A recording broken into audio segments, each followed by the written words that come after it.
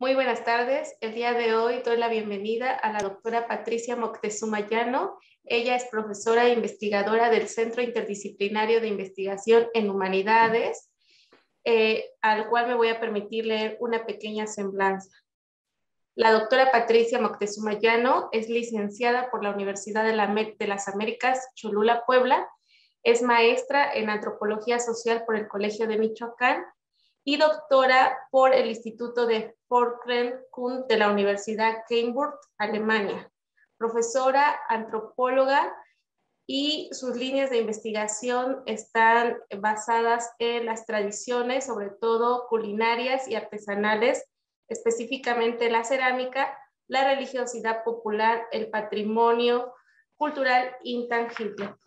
Doctora, le doy la más cordial bienvenida a esta entrevista. Gracias por aceptar ser parte de ella. Y bueno, quisiera preguntar qué representa para el mexicano la festividad del Día de Muertos.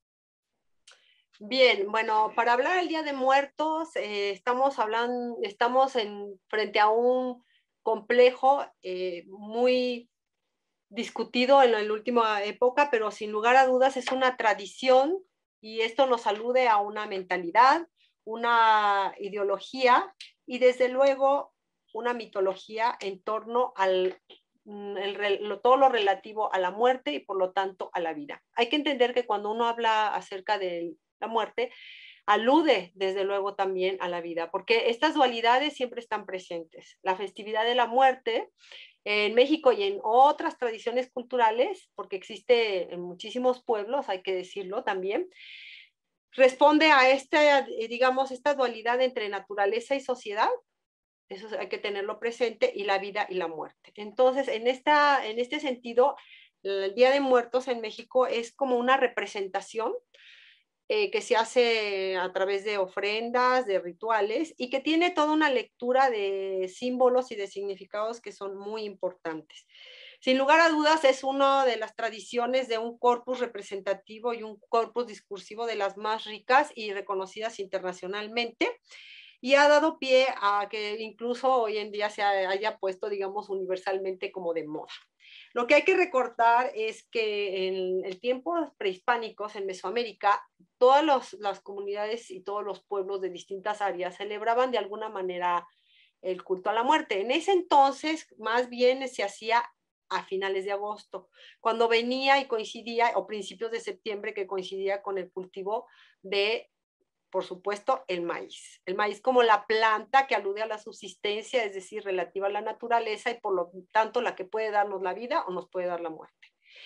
Esta también generalmente alude al cambio de estación, ¿no? Del verano al otoño. Eso es muy importante porque en otras culturas también existe esta relación hacia la naturaleza, hacia el cambio estacional y lo que tiene que ver con el ciclo de subsistencia anual de los pueblos.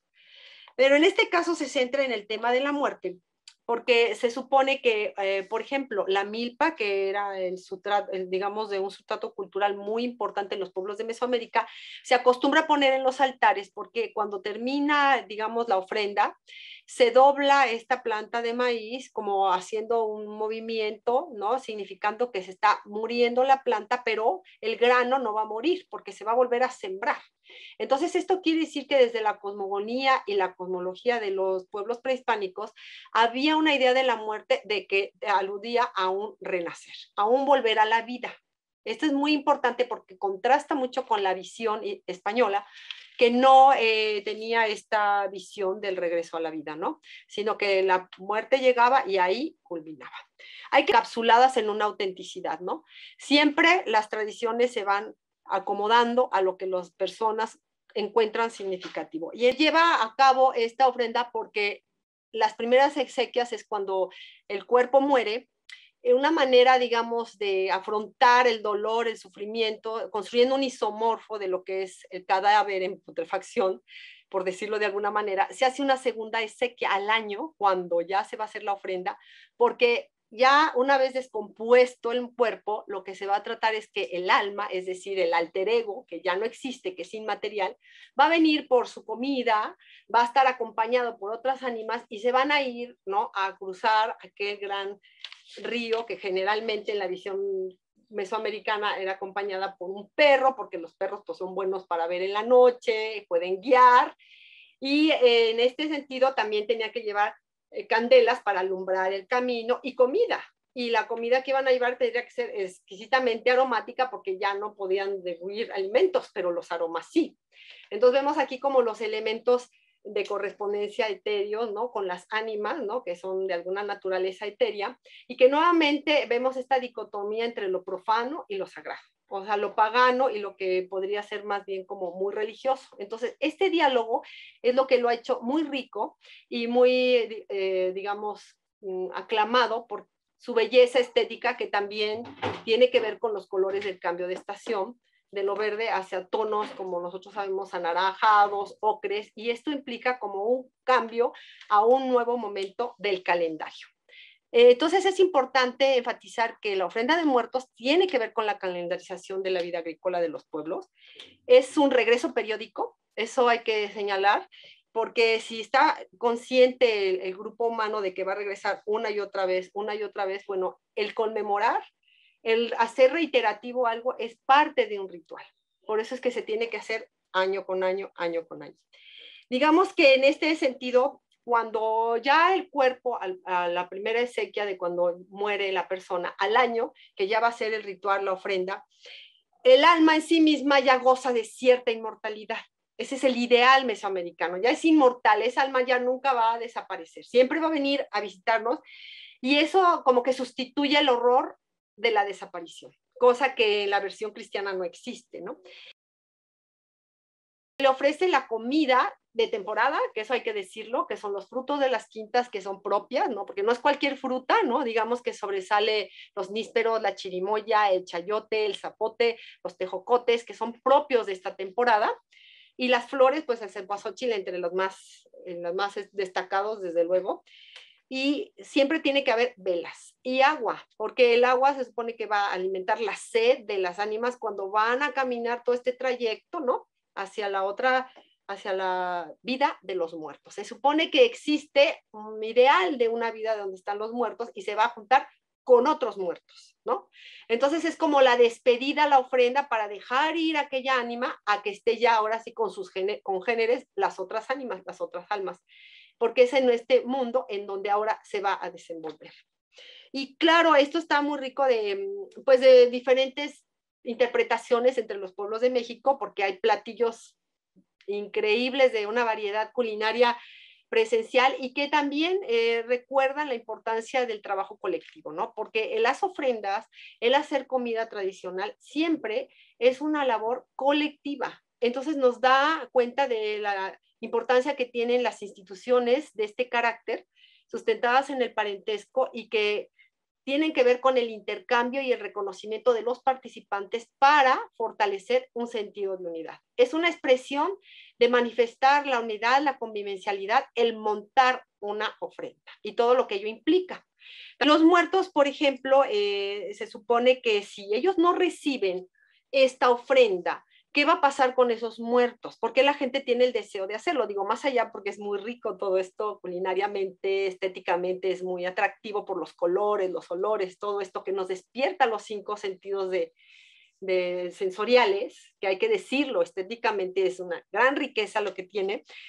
Digamos que los muertos, si no tienen que llevarse su itacate, por decirlo así, su comida, su agua en el camino, va a estar muy notorio en el mundo de los muertos que unos sí llevan y otros no llevan, ¿no? Entonces tú no quieres que tus difuntos vayan con las manos vacías, porque va a ser muy triste y una gran pena que vayan mal vestidos, mal comidos, ¿no? Como si continuara, como si se perpetuara, es como un deseo simbólico de perpetuación, ¿no? Gracias, doctora. Efectivamente, sí, pues existe un origen, ¿no? De lo que es la festividad del Día de Muertos y cómo va toda esta conexión, unión de elementos y a su vez también esta transformación que se da por todo, ¿no? Por la vida cotidiana, yo diría. Entonces, ¿qué es lo que se ha mantenido o modificado en la tradición del Día de Muertos? Bueno, lo que se ha mantenido es el culto a la muerte que recuerda como vuelvo a repetir, el binomio respecto a la vida y nuevamente en la otra dualidad de naturaleza-sociedad. ¿No? Digamos que desde el punto de vista de las creencias, como bien lo ha señalado Durkheim, existen dos grandes dualidades que siempre han permeado la vida de las creencias religiosas. La dualidad de la naturaleza con la sociedad y la dualidad entre la vida y la muerte. Y que en esta perspectiva no se queda solamente ahí, sino que ambos tienen un movimiento, son ciclos. Y los ciclos, ¿verdad? Como tienen un inicio, tienen un final y tienen que reiterarse. Por eso es que esto se hace anualmente. Y siempre hay que recordar que finalmente una tradición responde a un sentido de pertenencia y a una identidad social. Entonces, para que haya tradición, ¿verdad? Tiene que haber identidad y tiene que haber, de alguna forma, la representación de esa identidad que se manifiesta a través de la pertenencia social. Por eso es que son tan importantes las tradiciones, porque tienen que ver con la memoria colectiva que da sentido de identidad y de pertenencia social.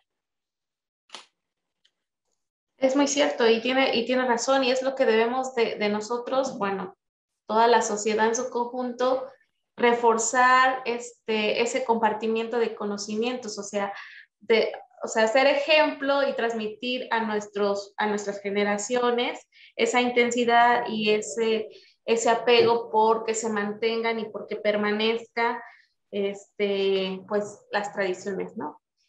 Como dice usted, inculcar ese amor, para que pues siga permaneciendo en nuestro país. Doctora, bueno, entre todo esto, ¿alguna experiencia significativa que haya tenido en sus investigaciones en trabajo de campo sobre la festividad del Día de Muertos? ¿Qué nos puede contar? Una experiencia. Bueno, sí, bueno, quiero señalar que efectivamente México tiene una diversidad cultural amplísima sobre el culto a la muerte. Yo he tenido la oportunidad de mirarlo en, digamos, varios contextos de México, de los cuales de manera muy singular me gustó muchísimo el que en Michoacán es tan famoso que ahora ya se volvió como un performance, digamos, un show para los turistas, desafortunadamente, pero sí era una convivencia que se hacía en los pueblos de Michoacán y que había un gran intercambio de todas las artesanías, porque ahí se mueven todo lo que es cestería, cerámica, especialización de todo lo que tiene que ver con textiles urdidos con lana de borrego, porque para las fiestas previas a muertos y después, así como durante la ofrenda, las gentes suelen asistir a los mercados para vender. Y uno de los motivos o pretextos, por decirlo así, para esta compra-venta es la ofrenda de muertos, porque la gente quiere ir bien arreglada, en sus estilos, digamos, étnicos de vestir con su indumentaria, y es cuando la gente de tiempo antes va preparando todo eso, ¿no? Entonces, los muertos no es que sea una fiesta del 1 y el 2 de noviembre, no. Desde unos 6 meses antes empieza la producción de cerámica específica para Día de Muertos, ¿no? Muchos pueblos de Michoacán, de la meseta Tarasca, producen esta cerámica negra y que es esmaltada en negro y que tiene una complejidad técnica para sacar un vidriado bueno. O sea, es un trabajo muy difícil. También lo hacen aquí en Morelos, en Tlayacapan también trabajan el esmalte negro, pero desafortunadamente por lo costoso y por lo difícil que es, sobre todo, estar observando el proceso de la quema cuando ya tienes esmalte negro, porque tiene su chiste, su punto, y lastima muchísimo la vista, entonces ha ido disminuyendo su valor. Además, la fiesta misma, porque ahí se acostumbra más bien ir al panteón y hacer unas cruces en forma cuadriforme, que supuestamente al hacer el cuadrado tienen los 9 niveles que alude los diferentes cielos y los diferentes, digamos, niveles del supramundo. Esos los identifican cuando los ponen en estos altares de Michoacán. Autor de Cempasúchil, Atlisco y Puebla, pero por mucho. Es un espectáculo. La belleza en cómo se ven estos trailers así, y salen a las 5 de la mañana, a más tardar, porque lo tienen que cortar de noche, porque tiene que salir la flor de noche, porque si no se seca. Entonces tienen que estar cortando así ya como este filo de las 7, 8 noche que ya se fue el sol, ponerlo y salir, para que llegue a Michoacán, para que llegue a estos lugares a las 4 o 5 de la mañana fresco, ¿no? Entonces, todo un cadena de contratar trailers, choferes, cargadores, es una actividad agropecuaria temporal que arroja muchísimas ganancias, ¿no? Este es también un espectáculo que nosotros podemos ver en términos de antropología económica, por decirlo así, todo el trabajo de jornalerismo, de conocimiento de la semilla, porque no hay un solo cempasúchil, ¿no? Hay varios tipos de semilla. Está también esta otra planta que le llaman terciopelo, que es una introducción, que tiene que ver características como con el amaranto y otras flores más. Por ejemplo, la producción también en grande del chilacayote, que es muy prehispánico, porque la gente ya en los ámbitos urbanos casi no come. Esta cucurbitácea que la hacen en dulce, ¿no? Los tejocotes, que también es un fruto original de México y que en miel y que generalmente pues muchas personas ya no los comen, ¿no? Y todos son de este color, ¿no? O sea, anaranjados, y desde luego, cuando este tipo de dulces de calabaza, pues no son muy exclusivo de México, también Estados Unidos tiene sus dulces de calabaza, porque la calabaza es como el maíz también una de las plantas que permitió la subsistencia. Y tiene razón, doctora. Yo creo que eso es lo que vive, ¿no? En nuestra tradición, de que, como dice usted, esa fe que se mantiene de que no se muere esa persona, sino que vuelve a renacer, yo creo que es lo que da la vida a nuestras tradiciones y lo que lo hace diferentes, ¿no? Elementos como los que ha mencionado que vuelven rico a nuestro país y a nuestras tradiciones. Y sí, efectivamente, el Día de Muertos no es nada más el 1 y el 2 de noviembre, sino que es una fiesta que se prepara con anticipación y comida que solamente se disfruta esos días, ¿no? Específicos, ¿no? Y que por el hecho también de hacerlo ese día, pues también se disfruta y se convive con la familia. Entonces todos ya esperamos el Día de Muertos como ya una fiesta ya preparada, incluso ya estaban haciendo sus ahorros para la compra del pan, la compra de las flores, la compra de todo lo que se necesita, se van organizando la familia para hacer la ofrenda, se va haciendo todo este acompañamiento es rico, o sea, que se vaya manteniendo estas tradiciones y que se vaya respetando, ¿no? Cada una de las diversidad en cada uno de los estados, de cada uno de los pueblos, de los municipios y de sus particularidades. Doctora, nada más para finalizar esta entrevista que estuvo muy rica, la verdad nos llevamos grandes aprendizajes porque pues sí es importante que se siga, bueno, que se conozca y que se siga manteniendo la festividad del Día de Muertos. Una recomendación que les pueda dar a nuestros estudiantes universitarios para que viva esta tradición. Bueno, yo lo que les invito a los muchachos, a todos, bueno, el mundo de las creencias permite a las personas entender aquello que nos resulta muchas veces inexorable, que no podemos explicar, que no podemos comprender, pero que nos da o nos compensa algo, ¿no? Si tú vas a tener una gran pérdida de un pariente que quieres muchísimo, pues yo pienso que ayuda mucho a esta idea de que no se acaba, ¿no? Sino que renace. Me parece menos cruel que una visión en la que pues se terminó. Ahora, claro, eso depende de una filosofía, porque habrá filosofías en las que dicen, no, pues yo para qué quiero vivir en un mundo de muertos, ¿no? O lo que es más, hay credos religiosos en los que esto de hablar de la muerte como que no es muy bien visto, ¿no?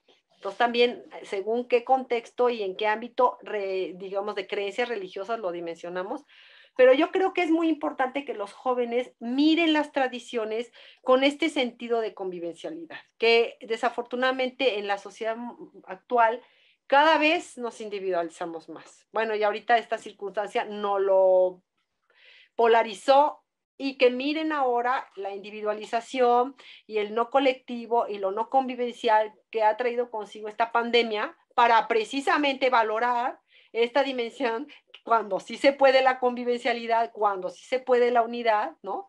Y qué importancia tiene. Invito a los jóvenes a que las cultiven, además de que estéticamente son bellísimas, ¿no? Porque ¿quién no puede tener un altar con estos colores tan lindos del cempasúchil, con estos olores tan deliciosos que hacen al conjugarse el copal con las flores y los alimentos? Y bueno, todos estamos para disfrutar unos tamales de Nejo con mole verde, estilo Morelos para el Día de Muertos, pues que son deliciosos. Este sentido de unidad y de convivencialidad lo ayudan las tradiciones culinarias, lo ayudan estas expresiones estéticas de hacer ofrendas, ¿no? De rezar con ellos, de bailar, de cantar.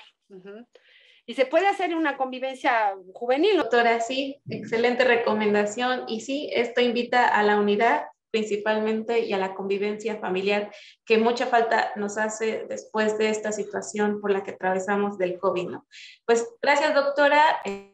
Por nada, quiero agradecerte por la atenta invitación, a ti, Marbella, por haberme tomado en consideración y al CICSER por la invitación para participar en ello.